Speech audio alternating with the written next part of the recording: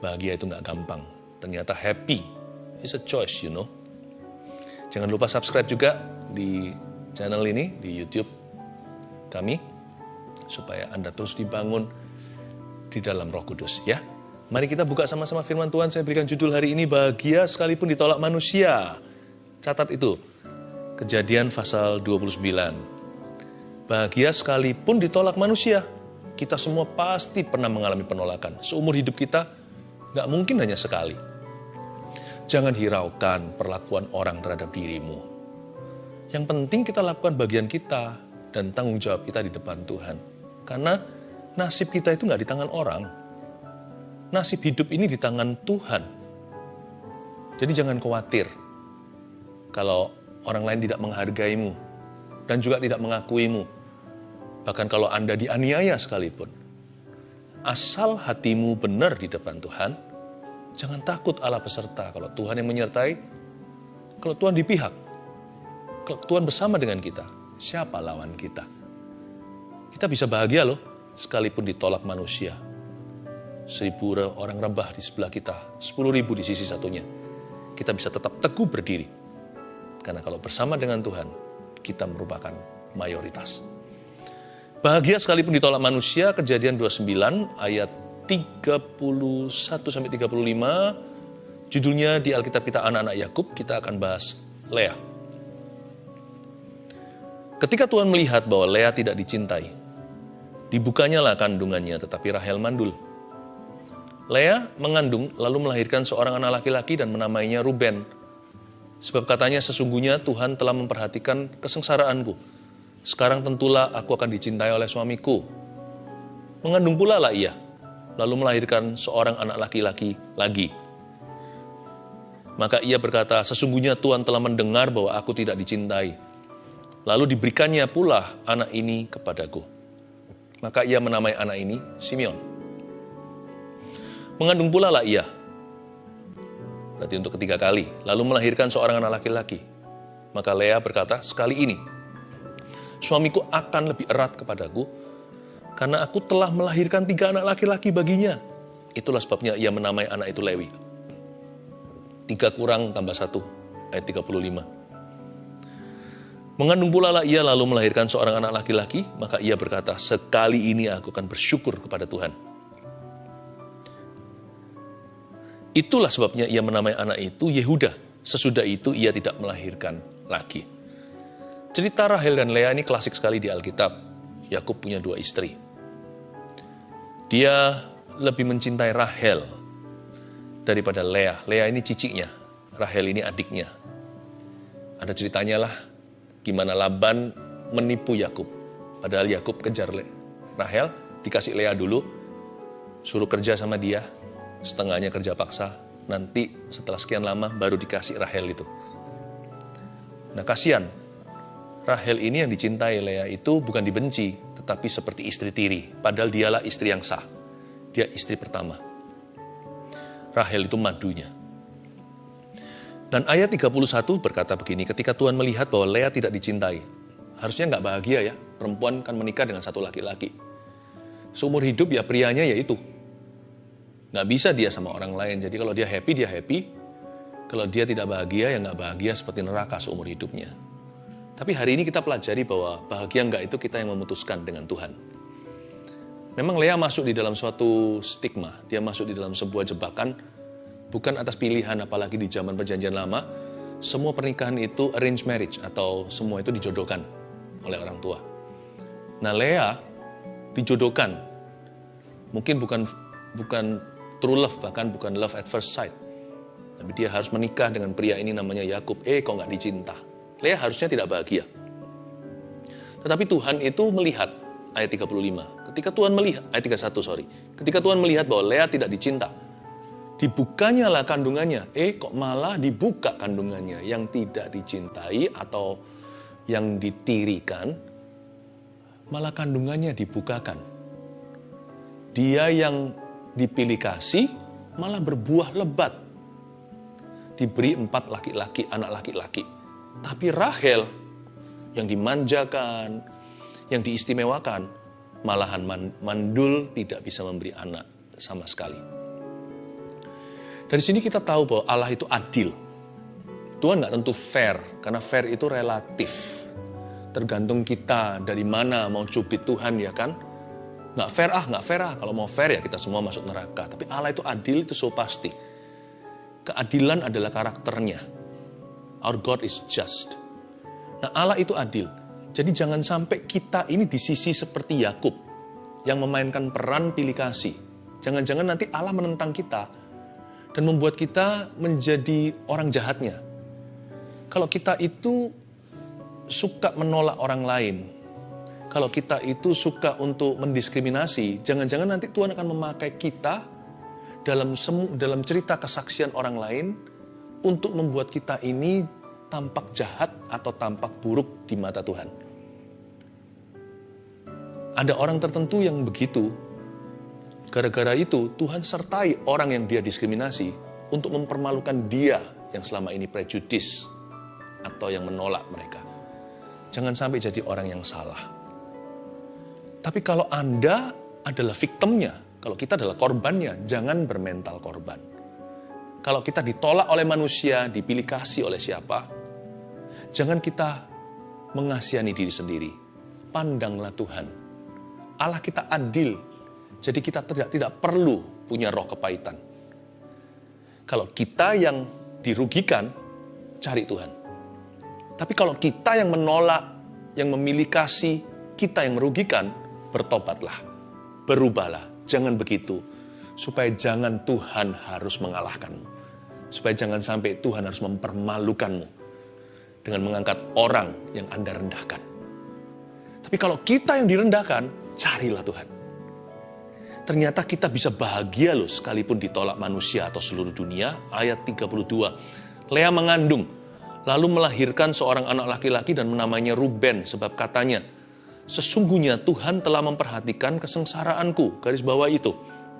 Arti kata Ruben adalah Tuhan memperhatikan. Ya. Lalu kita lihat ayat yang 33, saya ajak kita Bible study ya. Mengandung pula ia lalu melahirkan seorang anak laki-laki, laki lain. Maka ia berkata, sesungguhnya Tuhan telah mendengar bahwa aku tidak dicintai. Lalu diberikan pula nama anak itu Simeon. Nah, anak kedua namanya Simeon. Artinya Tuhan mendengar. Catat dulu ini. Nanti saya berikan poinnya terakhir. Dan itu berhubungan dengan makna nama anak-anak Yakub, putra-putra Lea. Anak ketiga namanya Lewi, artinya apa? Kita lihat ayat 34 sekali lagi kita baca. Mengandung pula ia lalu melahirkan seorang anak laki-laki. Maka ia berkata, sekali ini suamiku akan lebih erat padaku, karena aku telah melahirkan 3 anak laki-laki baginya. Ya. Lewi di sini ada hubungan dengan kata aku telah melahirkan atau aku telah berusaha. Jadi menunjuk kepada usaha jeripayah seorang manusia. Yang keempat, mengandung pula ia lalu melahirkan seorang anak laki-laki, maka ia berkata, sekali ini aku akan bersyukur kepada Tuhan. Itulah sebabnya ia menamai anak itu Yehuda. Suku Yehuda ini suku terkenal karena dari suku inilah Yesus Kristus. Apa arti Yehuda? Persis seperti kalimat Lea. Sekali ini aku akan bersyukur pada Tuhan. Yehuda artinya praise atau puji-pujian. Ada 4 sumber bahagia untuk kita. Dan happy kita tidak bergantung perlakuan manusia. Pasti kita pernah mengalami perlakuan tidak adil. Jangan-jangan kitalah yang memperlakukan orang lain tidak adil. Sekali lagi saya ingatkan, kalau kitalah orang jahatnya, bertobatlah. Tapi kalau kita adalah orang yang dirugikan, jangan kita itu putus asa. Masih ada Tuhan. Bahagia tidak itu terserah Anda dan Tuhan Yesus. Ada 4 sumber bahagia di sini yang saya mau tunjukkan kepada Anda dan saya, kepada kita semuanya. Kalau 4 sumber bahagia yang bisa kita pegang erat-erat untuk bahagia hati sendiri. Jangan terpengaruh dengan kondisi yang kita alami. Dan 4 sumber bahagia ini juga 4 kekuatan kita untuk tetap maju dalam Tuhan, sekalipun mengalami penolakan. Kalau kita mengalami perlakuan tidak adil, ingat 4 hal ini. Ada hubungan dengan nama-nama anak-anak Lea. Yang pertama, tulis hidup di hadapan satu pribadi. Itulah Ruben, bukan? Artinya Tuhan memperhatikan. Tuhan melihat. Waktu Lea sedang dipilih kasih. Waktu Lea ditirikan padahal dia istri yang sah. Dia bisa saja kanker emosi, bahkan bisa sampai jatuh sakit. Tapi Lea tidak mengalami semua itu. Karena dia naik banding. Ketika suaminya sendiri tidak mencintai dia atau kurang mencintai, dia tidak menuntut hak. Semakin dia menuntut, semakin frustrasi. Semakin frustrasi, semakin depresi. Siapa yang rugi? Karena itu Lea naik banding. Waktu anak pertama dilahirkan karena Allah membuka kandungannya, diberi nama Ruben, yang artinya God sees, Tuhan melihat. Jadi dengan kata lain, Lea mencetuskan dengan imannya bahwa sumber bahagianya bukan bahkan pada suaminya. Orang yang harusnya paling dekat sama dia. Dia tidak lagi menginginkan untuk dimengerti. Kalau dia begini, nanti lama-lama dia frustrasi. Karena itu dia berkata, as long as God sees. Selama Tuhan melihat, aku bahagia. Ruben, Tuhan memandang saya. Dengan kata lain, Lea mencetuskan, hidupku itu hanya di hadapan satu pribadi saja. Jadi kenapa saya harus sedih berlama-lama? Peduli amat apa kata orang, selama hatiku benar di hadapannya. As long as my heart is right, kita tidak perlu terlalu terpengaruh. Seluruh dunia mikir apa tentang kita? Apa cara pandang mereka? Apalagi di zaman teknologi hari ini, semua orang sangat peduli komentar orang lain, padahal gak tentu kenal. Orang-orang tersebut yang memberikan komentar yang menjatuhkan iman Anda, atau yang membuat Anda jadi emosi, atau membuat Anda jadi down sekali. Orang-orang ini gak tentu punya sumbangsi apa-apa dalam kehidupan Anda. Kenapa kau berikan tempat pengaruh dalam hidupmu? Berikan tempat pengaruh dengan P huruf besar itu pada Yesus Kristusmu. Pastikan dia komentar tiap hari dalam hidupmu lewat firman-Nya. Berkaca, bercermin tiap hari dalam Roh Kudus-Nya. Kalau kita punya prinsip ini, kita bisa hidup damai sejahtera. Bukan berarti eksklusif hati, nggak mau diberikan masukan. Ya enggak. Tapi kita punya rasa aman yang tinggi dalam Tuhan. Orang begini justru lebih bisa dikoreksi loh. Coba pandang, coba renungkan. Orang yang paling nggak bisa dikoreksi. Orang yang nggak menerima masukan, itu biasanya orang yang sangat nggak aman nih hatinya. Jadi belum apa-apa, dia langsung bela diri, padahal dia bukan seorang karateka. Taekwondo nggak bisa, pencak silat nggak tahu. Tapi pencak hati luar biasa sekali. Orang baru ngomong sekali, langsung bela diri, langsung serang balik. Aneh ya, semakin tidak aman, semakin Anda tertutup. Tapi semakin kita itu aman. Stick and stone can break my bone. Batu dan tongkat bisa patahkan tulangku. But your words cannot kill me. But kata-katamu tidak bisa membunuh aku. Orang begitu justru malah menerima perkataan orang lain. Oh gitu ya menurut kamu ya. Ketika dia dikoreksi, dia bisa menerima lapang dada seolah-olah itu orang lain dikoreksi pihak ketiga. Dia bisa mengevaluasi dirinya seolah-olah dia keluar dari tubuhnya dan melihat diri sendiri dan kelemahannya dan tertawa. Iya ya, aku kok bisa begitu ya. There's no need to be defensive. Tidak perlu untuk membela diri sama sekali. Kalau orang itu tahu Tuhan membelanya, hatinya benar, dia bisa terima masukan. Jangankan dari manusia, apalagi dari Allah. Orang begini ini teachable spiritnya. Makanya itu dimulai dengan nomor 1 dulu. Bahagia kita itu gak perlu ombang-ambing. Bahagia kok tombolnya ditaruh di tas orang lain. Bahagia itu tombolnya di tas kita sendiri. Kita bawa sendiri di hati. Jangan sampai kita tuh mudah tercuri damai sejahtera. Sebab belajar dari Lea. Ruben, God sees. Inilah pengalaman hidupku 9 bulan mengandung anak pertama. Aku mengingatkan diriku awal mula bulan pertama. Aku sedih dan pedih hati. Tapi setiap bulan tambah bulan, semester pertama, semester kedua, semester ketiga kehamilan, aku semakin kuat beriman. Akhirnya aku mengerti, as long as God sees my heart, I'm happy. Selama Tuhan melihat memperhatikan hati saya. I'm fine-fine saja. Ini campur-campuran dia. Aku baik-baik saja. I'm okay. Hidup ini pernyataan Lea. Kata Ruben itu artinya hidupku di hadapan satu pribadi saja. Hiduplah di hadapan satu penonton. Namanya Tuhan Yesus. As long as my heart is right. Nah, triknya di sini. Jebakannya. Nah, kalau hatinya nggak benar gimana? Kalau hatinya nggak benar, buahnya juga nggak benar. Pasti bela diri tadi. Pasti serang kanan kiri, kepahitan, kecewa. Pasti kelihatan lah, nggak bisa disembunyikan ikan busuk itu dibungkus koran.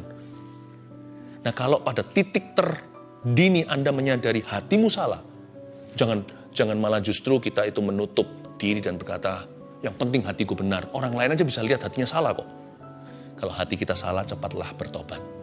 Tuhan ampuni, seperti Mazmur Daud, berikan padaku hati yang bersih. Create in me a clean heart, O Lord. Hidup di hadapan satu penonton bukan berarti hanya satu orang, yaitu Yesus yang bisa bicara ke dalam hidupmu. Orang tua juga bisa, teman, saudara seiman, gembalanya, rekan, bahkan pendeta pun harus mau mendengarkan masukan.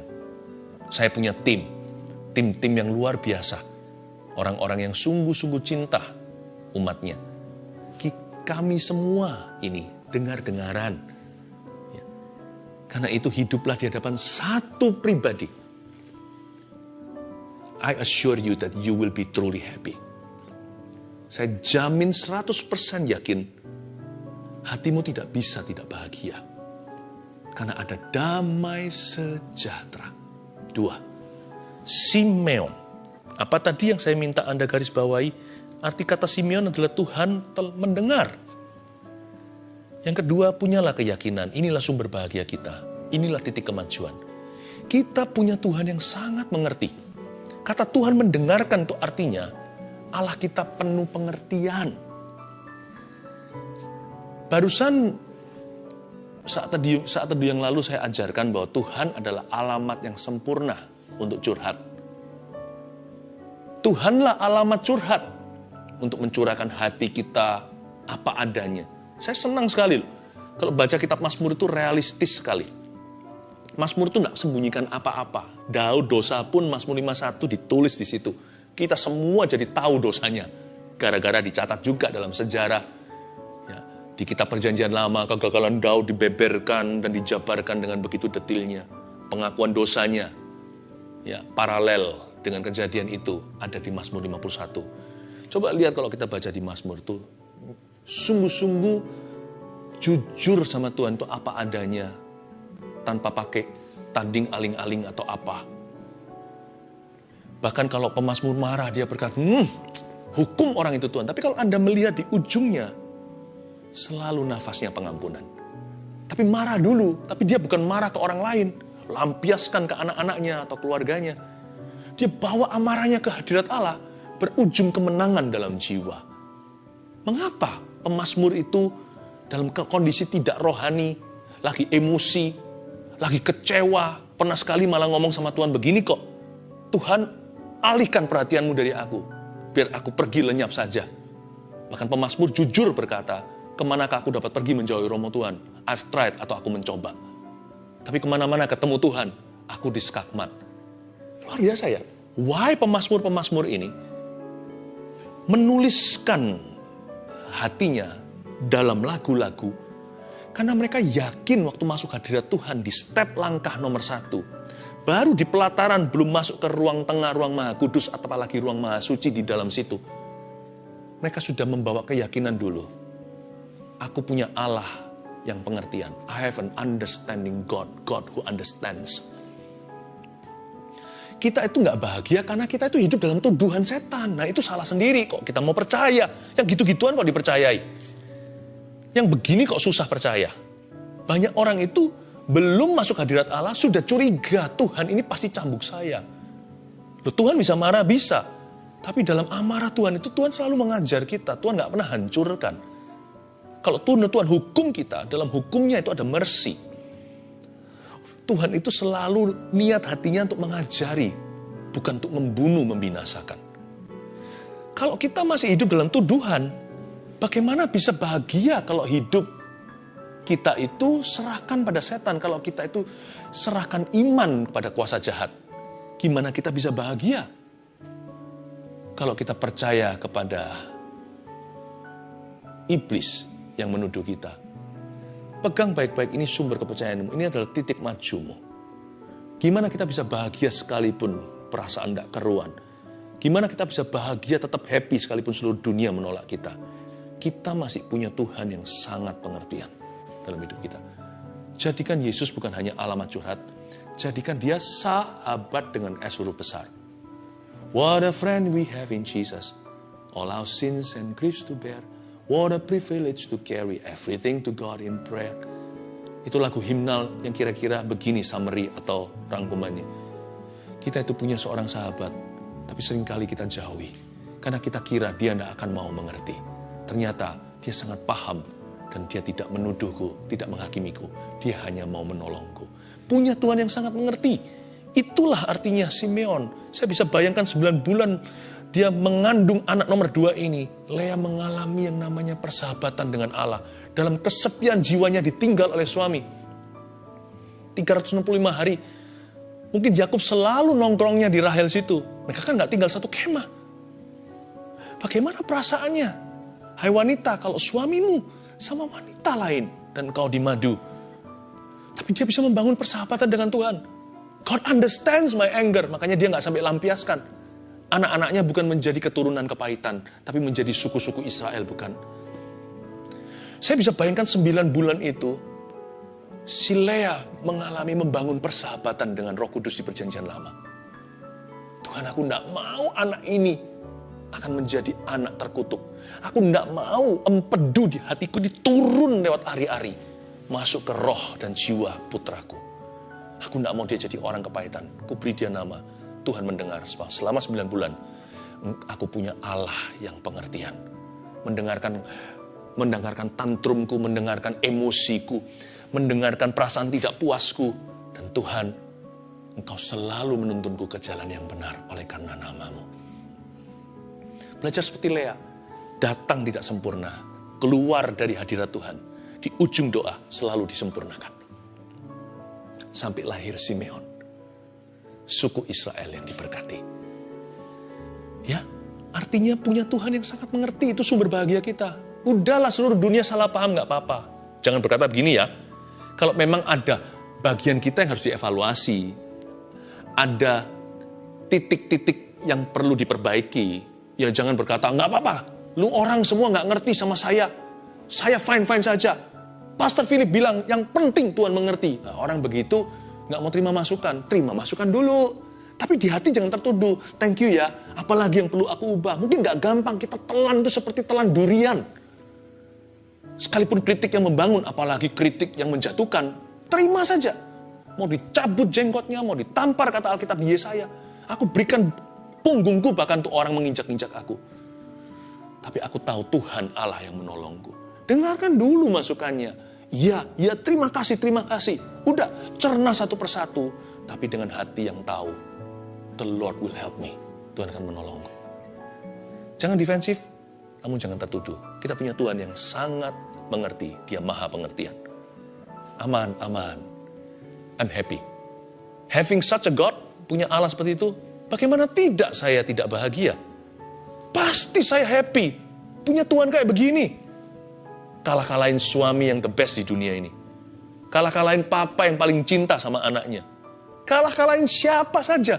Aku punya Allah seperti ini. Lea berkata, ngapain kepahitan? Buat apa saya turunkan empedu yang enggak ke dalam diri anak ini? 9 bulan ini kesepian. Namun aku tidak sendirian. Allah pengertian selalu ada di sisi kanan. Dia tidak pernah melepaskan tangan. 3. Lewi ini kan dia berkata begini. Sekali ini suamiku akan lebih erat kepadaku. Dia berharap sih, di level 3 ini dia masih berharap-harap si Yakub akan berubah. Tapi enggak sih, Yakub ternyata tidak berubah. Karena aku telah melahirkan 3 anak laki-laki baginya. Kedengarannya seperti dia banggakan. Lihat, aku telah melahirkan 3. Tapi sebenarnya yang dia lakukan adalah poin ketiga, catat ini. Gembira dengan usaha kita. Gembira dengan usaha hati maksudnya. Daripada dia merenungkan dan meratapi, mengasihani diri sendiri. Nasib, kenapa aku begini? Kenapa papaku kasih ke orang begitu? Sekali menikah kan nggak mungkin saya ceraikan. Lalu habis itu sama laki lain nggak tentu lebih baik, bukan? Aduh Tuhan, kenapa nasib? Enggak. Dia berkata, pokoknya aku akan berusaha dan aku bangga dengan usahaku. Dia gembira dengan usaha hati. Dia berkata, aku sudah berusaha. Masih berharap-harap sih. Semoga kali ini suamiku akan lebih erat padaku. Kan aku sudah lahirkan dia 3. Kata aku telah melahirkan, itu adalah bidang usaha. Dari sisi seorang Lea, dia gembira dengan usaha hati. Begini ya, kadang-kadang kita mau mengubah seseorang, orang lain. Dan kita jadi frustrasi. Padahal maksud hati itu mulia. Awal mulanya adalah mengubah dia. Lama-lama kita juga keseret masuk ke dalam dosa orang lain. Dan kita turut kepahitan. Kok begini? Kita gregetan. Banyak orang itu salah di sini. Kekurangan kita di sini. Jaga ini. Jangan perhitungkan hasil akhirnya. Jangan pandang. The final score-nya itu milik Tuhan. Bidang kita hanyalah usaha. Gembiralah dengan usaha hati. Asal hatimu sudah berusaha. Ya, asal hati Anda sudah bersungguh-sungguh untuk mengubah hal tersebut, atau untuk bisa menjalin komunikasi atau apapun lah, belajarlah bangga dengan usahamu sendiri dan berkata, Tuhan, aku telah melahirkan. Lord, I have tried. Itu dia bahasa Inggrisnya. Aku sudah mencoba. Aku sudah berusaha. Tapi Tuhan tanya sama kita, sudah berapa kali? 7 kali 70? Belum Tuhan. Teruslah mencoba. Frustrasi aku. Kamu frustrasi karena kamu terlalu bergantung dengan hasil akhirnya. Terlalu mau menentukan. Iya ya. Kenapa mengampuni itu susah 7 kali 70? Kalau mengampuni itu prosesnya indah buat kita. Kalau kita tahu kita melakukan kehendak Allah sekalipun kita disakiti. Tapi kalau kita mengampuni itu kado bagi diri sendiri. Dan kalau kita mentaati, Tuhan yang kita taati. Bukan manusia yang menerima pengampunan kita. Berarti 7 kali 70 itu sebenarnya adalah proses yang indah. Setiap langkah, setiap angka, 7 kali 70, 491, 2, 3, 4, 5, 6, 400, 490 tersebut. Masing-masing adalah berkat, bukan? Iya ya. Kamu frustrasi karena terlalu pegang erat hasil akhirnya. It's got to be as I expected to be. Itu harus menjadi seperti yang kuharapkan. Ini jangan di otak-atik, ini milik Tuhan. Hasil akhir, final score belongs to God. Your portion, porsi kita, adalah usaha kita. Gembira saja dengan usaha itu. Saya berusaha sebagai hamba Tuhan. Kadang-kadang saya berusaha, orang gak diselamatkan. Saya bisa sedih gitu loh. Orang ini kenapa belum mau terima Tuhan? Tapi Tuhan berkata, kamu gak senang memberitakan Injil? Senang Tuhan. Roh Kudus ngomong begitu. Oh iya ya, tiba-tiba saya sadar. Tuhan kadang-kadang kalau mau mencelikkan kita, melempar pertanyaan. Saya disuruh nginjili lagi dan lagi 490 kali sampai saya mati. Nggak ada satupun bertobat. Saya tetap senang memberitakan Injil karena Injil adalah kesukaan. Saya hanya gembira dengan usaha saya. Hasil akhirnya milik Tuhan. Ada orang mau mundur dari pelayanan, mundur dari Tuhan. Saya sudah berusaha mati-matian mau dikonselingi, didoakan, dibaikin, ya kan, dideketin, bahkan diperingatkan, please jangan, bahkan dimohon-mohonin. Saya betul-betul sampai memohon-mohon, please jangan meninggalkan Tuhan. Meninggalkan Tuhan juga. Mana nggak sedih? Kalau yang punya hati gembala, pasti merasa sakit melihat orang lain meninggalkan jalan kebenaran. Tapi setelah itu terjadi, saya serahkan final score-nya ke Tuhan. Saya bukan Tuhan, dan juga nggak bisa memaksa orang lain, bukan? Tapi saya bangga dengan usaha itu. Bukan bangga itu berarti sombong hati, enggak. Tapi saya berkata, aku syukuri Tuhan. Engkau izinkan aku berusaha. Supaya nanti kalau orang itu surga atau ke neraka, aku sudah berusaha, aku sudah mencoba. Ini bagianku, ini kusyukuri, ini aku bangga. Dan ini yang membawa sukacita. Lea itu begitu, waktu mengandung Lewi. I've tried. Dia belajar contentment atau merasa puas diri secara sehat. Dan berkata, yang penting aku telah mencoba. Makanya bahagianya dia itu kok mantap ya Lea. Kalau jadi Lea gini pasti udah kanker atau gimana. Saya gak berkata bahwa orang kalau sakit kanker itu pasti karena dosa atau karena depresi. Enggak. Tapi kayak seperti ini pasti sudah jadi penyakit. Tapi Lea gak begitu. Kok bisa ya? Yang terakhir. Yang menamai anak itu Yehuda. Sekali ini aku akan bersyukur kepada Tuhan. Yang terakhir adalah syukuri yang ada dan maju dengan itu. Ini bahagia kita titik maju. Inilah sumber kekuatan. Syukuri yang ada. Waktu dia lahirkan Yehuda 9 bulan itu dia berkata, ya sudah, aku kan mulai dengan 3 anak dan gak tahu ini sekarang gendernya apa. Ya, tapi waktu lahir dikasih nama Yehuda karena dia tahu itu laki-laki. Dia berkata, 9 bulan ini, this has been my experience, inilah pengalamanku dengan Tuhan. Aku memuji-muji Tuhan. Selama 9 bulan ini aku hitung satu-satu berkatku. Aku tidak lagi fokus pada suamiku yang tidak mencintai aku. Aku fokus pada Tuhan yang mengasihi saya. Fokusku berubah sekarang. Bukan lagi pada kelemahanku, karena si Lea dikatakan, ditulis di Alkitab, matanya kurang berseri-seri. Rahel itu mungkin matanya bagus. Lea itu kurang menarik. Dia berkata, aku tidak lagi fokus pada diriku. Sekarang aku fokus pada kekuatanku, bukan kelemahanku. Kekuatan Lea apa? Aku itu disertai Allah. Dia tidak berkata, ya lihat itu Rahel nggak disertai. Dia nggak kepo rohani. Dia hanya berkata, aku disertai. Aku tidak lagi perhatikan kelemahan mataku. Aku perhatikan kelebihan hidupku. Tuhan beserta saya. Dan dia fokus ke orang lain akhirnya. Dia tidak fokus pada dirinya sendiri. Fokusnya sekarang adalah raising her sons. Untuk membesarkan putra-putranya. Orang yang tidak kepahitan bisa fokus ke orang lain untuk membangun sesuatu. Tapi orang yang ada lubang dalam jiwanya akan terus berusaha untuk mengisi itu. Jadi akhirnya fokusnya adalah diri sendiri. Lea berkata seperti ini, aku syukuri selama 9 bulan ini. Aku syukuri Ruben, aku syukuri Simeon, aku syukuri Lewi. Sekarang aku syukuri janin yang satu lagi.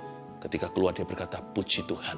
Aku syukuri dengan apa yang ada padaku. Dan aku akan maju dengan itu. Aku punya 4 anak, aku akan kelola mereka baik-baik. Dan mulai dengan ini, ku bangun rencana Tuhan di hidup saya. Hebat Lea. Saya ingin untuk menekankan bahwa ada hal-hal tertentu yang perlu kita tinggalkan di hati. Jangan tinggalkan di hidup ya. Nanti jangan-jangan nanti orang aplikasikan secara salah, lalu tinggalkan temannya, keluarganya. Sudah, saya sudah tinggalkan kamu. Nggak boleh begitu.